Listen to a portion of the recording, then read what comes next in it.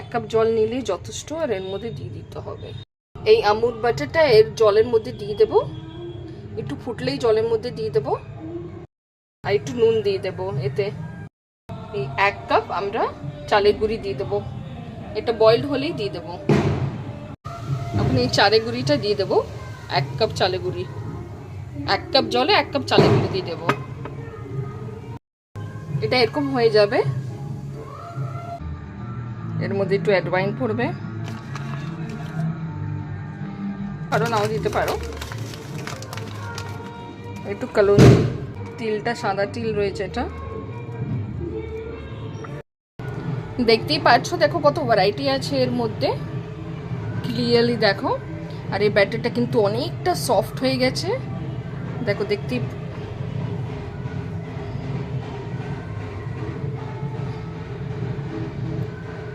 এখন আমরা এটা ইউজ করব, এইটা এই সেকেন্ড নাম্বারটা আমরা ইউজ করব।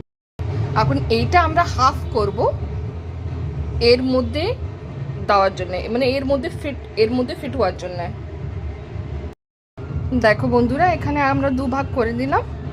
এখন এইটা আমরা এর মধ্যে দিয়ে দেব, এর মধ্যে ফিট করে দেব, আমরা এর মধ্যে দিয়ে দেব। এটা দিয়ে দিলাম। দেওয়ার পরে এটা লক করে দেব, এটা বন্ধ করে দেব আমরা।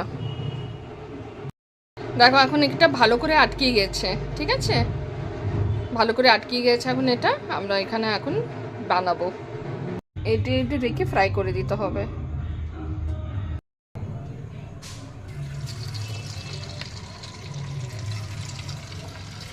উপরে দেখিছো, উপরে দিয়ে দেখাও একটু।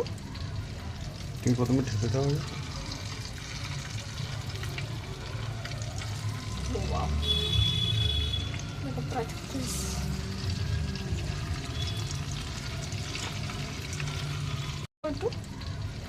তুমি প্রথমে ঠেকে দাও।